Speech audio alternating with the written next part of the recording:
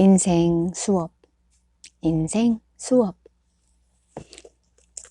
호스피스, 호스피스라고 들어보셨죠? 이 책은 호스피스 병원이라는 개념을 처음으로 창안하신 분의 책입니다. 우리는 배움을 얻기 위해 이 세상에 왔다. 태어나는 순간 누구나 예외 없이 삶이라는 학교에 등록한 것이다. 수업이 하루 24시간인 학교에 살아있는 한 그 수업은 계속된다. 그리고 충분히 배우지 못하면 수업은 언제나 반복될 것이다. 우리가 지구로 보내져 수업을 다 마치고 나면 나비가 누에를 벗고 날아오르는 것처럼 우리의 영혼을 육체로부터 해방하는 것이 허락된다. 시간이 되면 우리는 집에서 신에게로 돌아가는 아름다운 나비처럼 떠날 수 있고 더 자유로운 영혼이 될 수 있다. 우리가 배워야 할 과목들은 사랑, 관계, 상실, 두려움, 인내, 받아들임, 용서, 행복 등이다. 나아가 이 수업은 궁극적으로는 나 자신이 진정 누구인가 하는 깨달음으로 우리를 데리고 간다. 그것이 이 수업의 완성이다. 그 나라는 것은 죽음으로써 영원히 사라져버리는 존재인가? 아니면 모습을 바꿔가며 배움을 계속하는 존재인가? 생애의 어느 시점에서 누구나 스스로에게 물음을 던진다. 이것이 진정 내가 원하는 삶일까?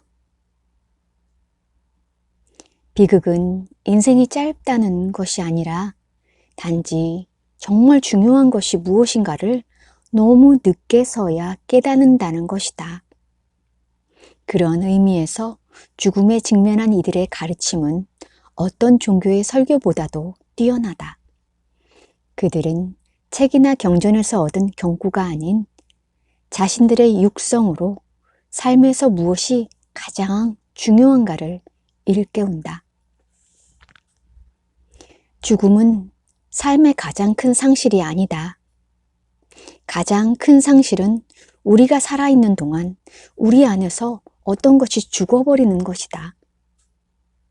죽음을 눈앞에 둔 이들은 우리에게 거듭 말하고 있다. 아직 죽지 않은 사람으로 살아가지 말라. 아직 죽지 않은 사람으로 살아가지 말라고. 죽음의 가장 큰 교훈은 바로 삶인 것이다. 이 책 속의 숱한 등장인물들의 말을 빌리면 삶은 하나의 기회이며 아름다움이고 놀이다. 그것을 붙잡고 감상하고 누리는 것은 우리 자신에게 달린 일이다. 세상이 보여주는 최상의 것을 배우는 일은 우리 자신의 몫이다. 살아가는 데는 두 가지 방법이 있다. 하나는 기적이 존재하지 않는다고 생각하며 사는 것이고, 다른 하나는 모든 것이 기적이라고 생각하며 사는 것이다. 별에 이룰 수 없다는 것은 불행이 아니다. 불행한 것은 이룰 수 없는 별을 갖고 있지 않다는 것이다. 두 저자는 우리가 이 지상에 남아있는 시간이 많지 않다는 것을 일깨운다. 우리가 한 말과 행동이 어쩌면 우리가 사랑하는 이에게 하는 마지막 말과 행동이 될지도 모른다. 어느 누구도 단 한 사람도 죽음을 피할 수 없다. 따라서 너무 늦을 때까지 기다려서는 안 된다. 이것이 죽어가는 사람들로부터 배울 수 있는 가장 큰 교훈이다. 그들은 말한다. 지금 이 순간을 살라고. 삶이 우리에게 사랑하고 일하고 놀이를 하고 별들을 바라볼 기회를 주었으니까.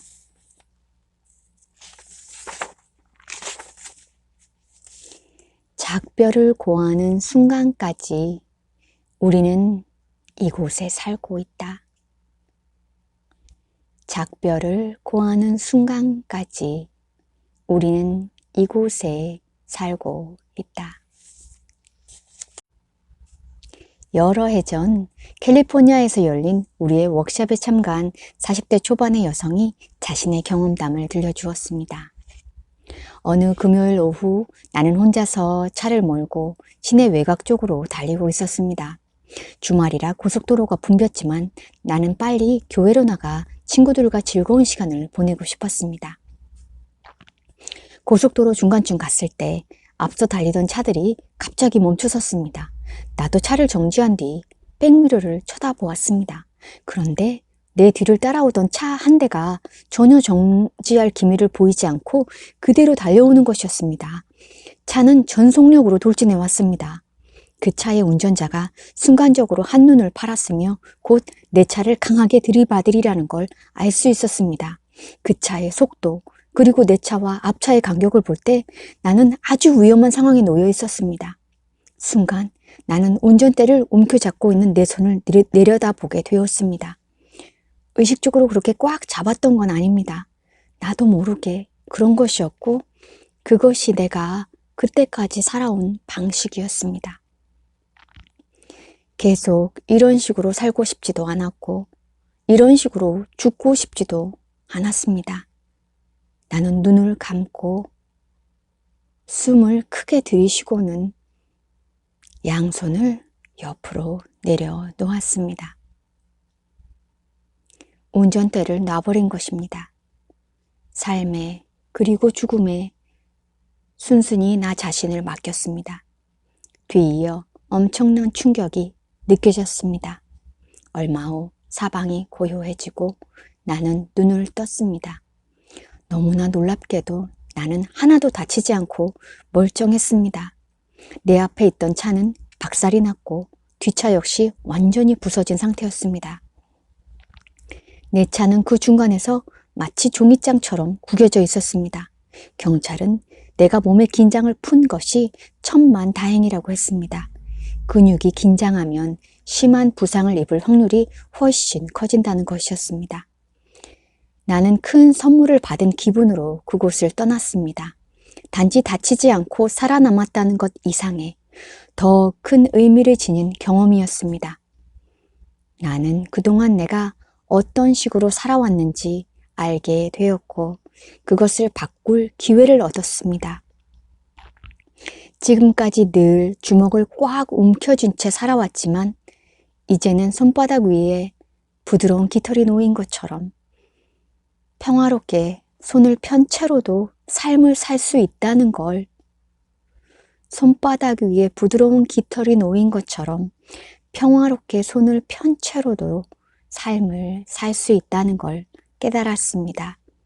그 어느 때보다도 나 자신을 가까이 느낄 수 있었습니다.